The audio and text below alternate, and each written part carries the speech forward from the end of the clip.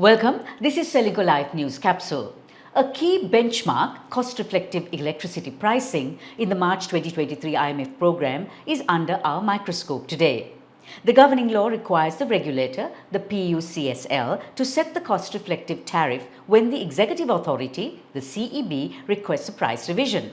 Has this happened? What are the IMF conditions? Is the PUCSL and the IMF seeing eye to eye? The head of governance and anti-corruption of Verité research, Sankhitha Guneratne, a Shivning scholar and former board member of the Anka coalition, joins us with some answers. We've been seeing electricity pricing going up, down, in, out. How does this pricing actually happen? How the law is set out, Savithri, is that the regulator, the PUCSL, is who is empowered by law to set the tariff upon a request by the Ceylon Electricity Board.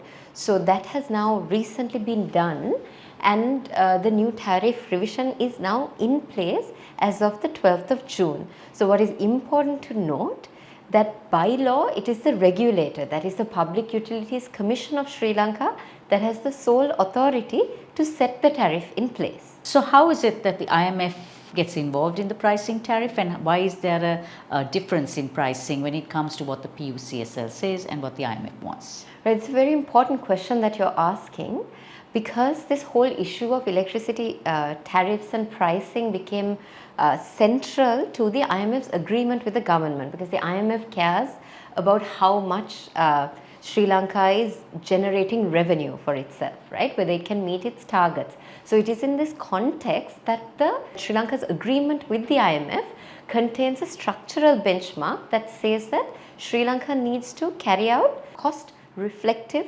pricing. Now, to this extent, the government of Sri Lanka, the IMF and Sri Lanka's law and the regulator, that is the PUCSL, they agree. But the question is, in the structural benchmark with the IMF, there is a reference to an automatic adjustment. This is not part of the PUCSL's own methodology, and the way in which the IMF calculates whether the tariff is cost reflective also differs from the PUCSL.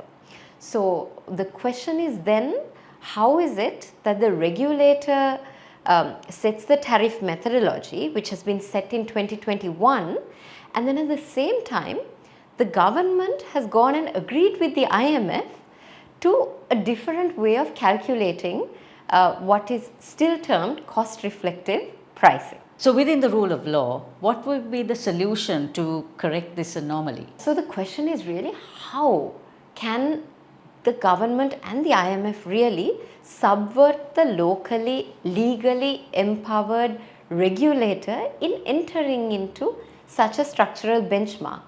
So, I mean, we could argue that it is blatantly illegal, and that the PUCSL should actually make its position known, because it shouldn't be a case that you subvert the local regulator, you try to outsmart or sidetrack the local regulator and go and agree with the IMF. So in this kind of situation, the PUCSL needs to make its voice heard about this position, because the PUCSL has been set up as an independent authority, and that independence is given to the PUCSL for a reason. It is given in trust for the people.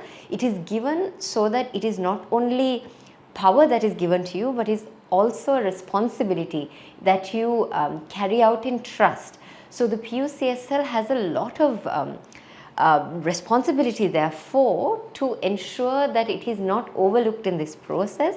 So it is really up to, on the one hand, for the PUCSL to make its views known to the government, to the IMF, and overcome this impasse, but it is also for the government to ensure, when it deals with the IMF, to not allow, for whatever political reason or economic reason, for the rule of law not to be undermined, as you very correctly pointed out, because not only does this have implications for the electricity tariff, it tells a story about how a state engages with this kind of donor agency, multilateral agency, because we cannot let local law be overridden at any cost. Changing laws because the local constituency wants to is one thing, but subverting existing law to the point of illegality potentially is quite another.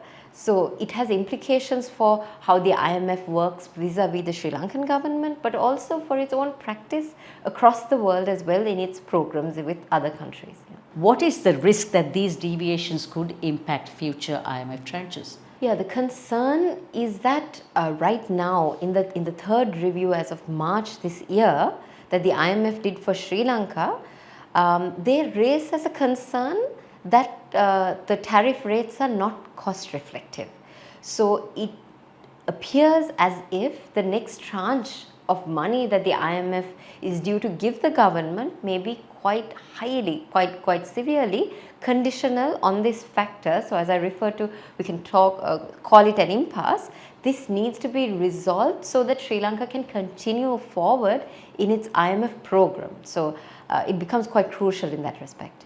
Kaleidoscope is on YouTube, Facebook, Instagram and LinkedIn. Do follow, subscribe and like us for more.